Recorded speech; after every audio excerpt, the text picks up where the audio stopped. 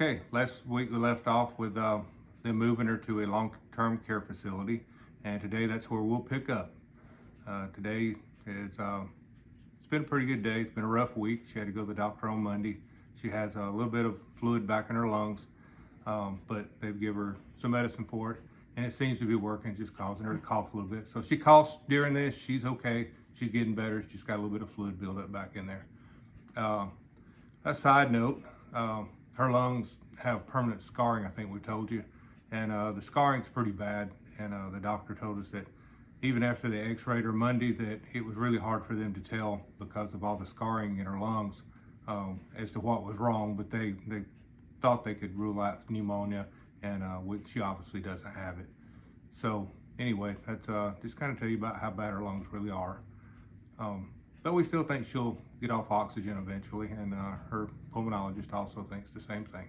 So we'll wait and see. Positive thinking. Absolutely. Positive thinking. That's right. Always. I'll be reading from the notes again just to kind of keep us on a timeline. We're going to try to keep this one shorter. I know I haven't done it in the last 2 times, but we're really going to try to hold it down this time. So anyway, we left off last week with her being moved.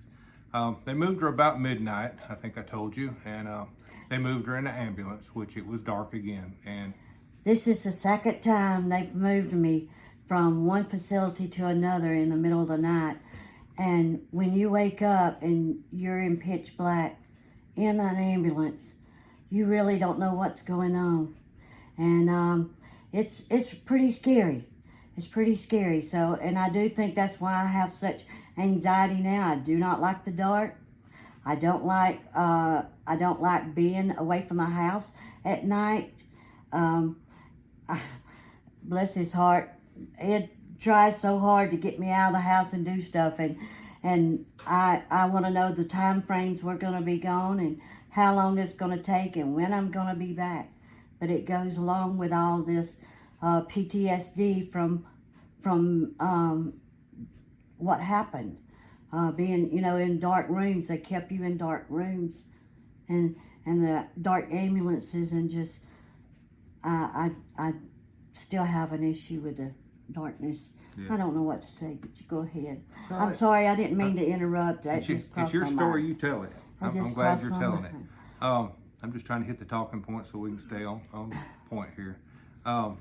So anyway, she does have a little bit of psychological effect from the PTSD. I have never been afraid of the dark. No.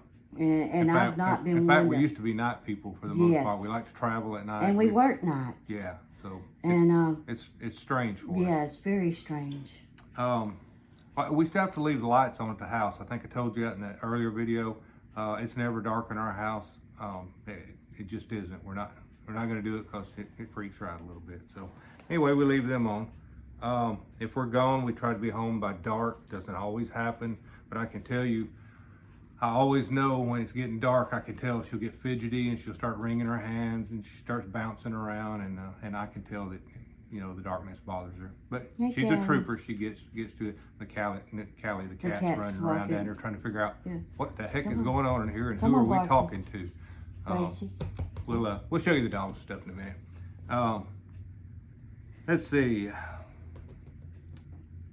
Okay, so anyway, they moved her to the long-term care, and the people there, again, just like the other hospital, they were just wonderful. I don't know where these people come from because they're truly a calling. With God. They were all just super. Can't say enough good about them. In fact, one of them, I called him the other day and told him we were going to do a video and that we would be mentioning him in this video. So you know who you are and you'll be watching this. He was the charge nurse, and we've been invited to his wedding this next year. So a little backstory there is his mother was a 911 dispatcher years ago, and I knew her then. Didn't know I'd be running into him years later taking care of Kathy, which turned out to be one of the most awesome nurses we could have had. Yes. There's a friendship there that'll never fade. I'm sure our feelings is much stronger than his is, but I'm still smiling. You yeah. know who you are. yeah, we send him pictures regularly Yeah. and let him know how she's progressing, and we're following his story. He's got a story now too. It's just not medical, but there's things happening in his life that are wonderful. It's good. Anyway, I digress. We'll move on. So anyway, she got to the long-term care, and I knew already I was dreading that I was going to have to go back to sticking to the rules, and they had visitation hours that I had to stick to. But wasn't long. They started relaxing the rules for me again. I just don't know how this happens, but it did, and I didn't question it. I was just grateful. So I got to where I was coming about 10 o'clock in the morning and staying most of the afternoon, and I would start asking the nurses, where were the sheets, where were the stuff to wash her hair, where was all the personal things to take care of her, and I would take care of her. Again, that's just my job. That's what I'm supposed to do. And they all seemed to be a little taken back that I was taking such good care of her. But, your vows say for better or worse in sickness and health. And we've done them all. And but anyway, moving on. But they showed me where everything was at and figured out that I was taking real good care of them. And again, these nurses were stressed out. There were so many patients. And I was helping take care of her for the most part during the day, and I think they just appreciated it enough that they wanted to show me that they appreciated me doing it. So wasn't long. I started getting to stay till 3 or 4 o'clock in the afternoon, and then you know how it is. I keep pushing it, and I'd stay till the last minute, and then they come by and say, "You're gonna have to go here shortly," and it wouldn't be long. It was 6 o'clock before I'd leave in the evenings. But it eventually got to where I was coming at 10 o'clock in the morning and leaving around 8 o'clock at night. And it was just great because I got to spend all day with her. Keep in mind, I was still trying to work a job at the time. I worked with my son at our business, and it allowed me to be able to be gone a lot. And he'll never know how much I appreciate him stepping up and making it possible, and was always smiling when I told him that I was going to be gone all day. But anyway, I'd get to spend a lot of time with her. But about 2 weeks in, she was having her trach cleaned out one night, and the nurse was cleaning it out, and she kept saying she was choking, she was going to be sick. And about that time she did. She threw up and she aspirated, and she was laying flat when it happened. And anyway, the nurse panicked a little bit, I think, and ran out of the room to get some help. Well, I immediately picked her up because I knew laying flat was not going to be good. So I picked her up and started trying to clear her airway and stuff. And Saved my life, because if he hadn't have been there, I probably wouldn't be here today to tell my story. Things, God has just worked things out in a plan for us. I'm telling you. There's another maybe so, thing. but anyway, I'm sorry. That's fine. I got her up, and the charge nurse come in, which is our friend now, and he took charge, got it cleaned out, got her breathing good again, and anyway, he'll never know how much we thank him for that, because I feel just like Kathy, she would not be here today had he not been in there to finish getting her cleaned up and getting her airway cleaned back out where she could breathe. However, it did put her back on a ventilator again for about a week, so it was a big setback, and I was real upset about it. And but they got her back on the ventilator, and about a week later, she got to where she could get off again, and they could just put her on a trach tube, and she was able to talk again. They had to sew the trach tube on me because apparently I didn't like it, and I must have kept pulling it off. She kept trying to pull it out, so that's why I have such a big scar. Yeah, they finally sewed it to her neck, which I was a little taken back by that too, but that was good because she sure didn't need to pull it out. In fact, she pulled it one time and it got to bleeding, so they sewed it.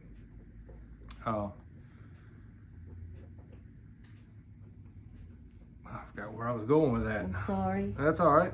Oh yeah, okay. Anyway, they got her back off of that, and the nurses would come in and would braid her hair. She before she grew her hair back. We're gonna tell everybody she lost all of her hair in June, down to. I mean, you The could see her. scalp. You could see her scalp. She still had some hair, but it was really was thin, fuzzy. and you could see her scalp. It got so thin, but it all fell out. And she had long blonde hair, almost down, all the way down her back. I'll show you some pictures later, just like you saw a slideshow today before this on the introduction of kind of the first time I saw her in the hospital to kind of current in the story where we are now. In fact, one picture was me feeding her some ice cubes, which you would have thought was a steak that when was I gave it to heaven. her. Yeah, but she kept asking for them. They'd only give her a few because she hadn't actually passed a swallow test yet, and you have to do a swallow test after having a trach before they'll feed you or give you a liquid. That was awesome.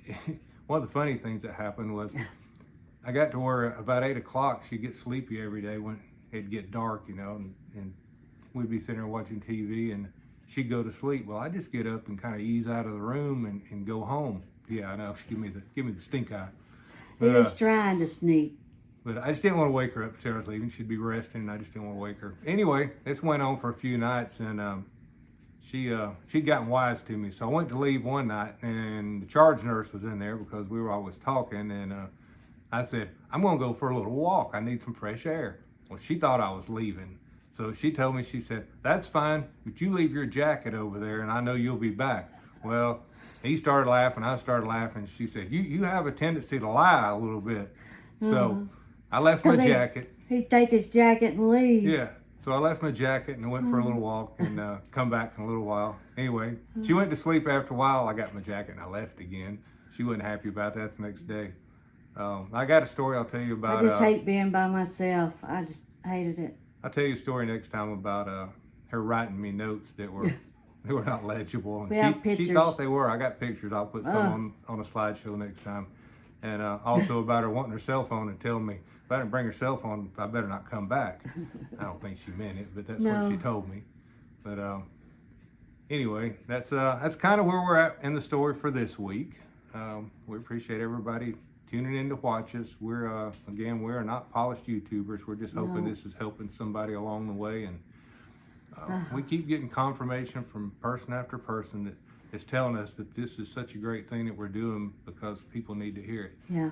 So And so many's gone through a lot of things similar. yeah, ran into one this week. Yeah.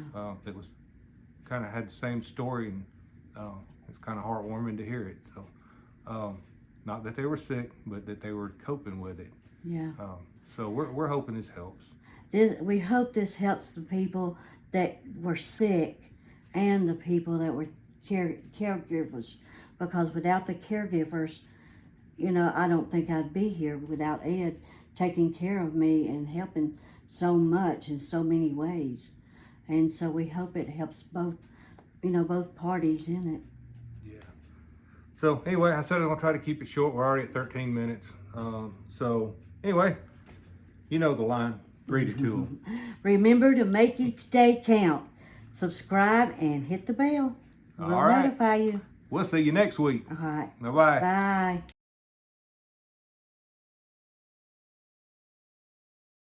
Oh, you better hurry. Okay. All right. Here we Ladies. are. Well, Callie's on the run. Here is Callie. She's our calico cat. She's just about 3 months old, but she's part of the family. All right, go ahead, Callie. This is my Gracie. Without Gracie, you can tell. Without Gracie being by my side every day, she'd just come and just lay on me and love me every day. She'd say, I'm just such a joy. Kathy would also had a couple of times where her oxygen would come off, and she would actually come in here in the living room and be scratching on my arm and want me to go, and I'd go back there and see what was wrong, and her oxygen would be off. So pretty smart dog. She has helped me in so many ways. And then our Barkley here, he takes care of all of us. He just oversees us and watches over us. But Gracie is she's our little queenie. And Barkley takes care of Gracie to make sure nothing happens to Gracie. But Gracie is just our little sunshine. All right. Tell Thank everybody bye y'all. again. Love you.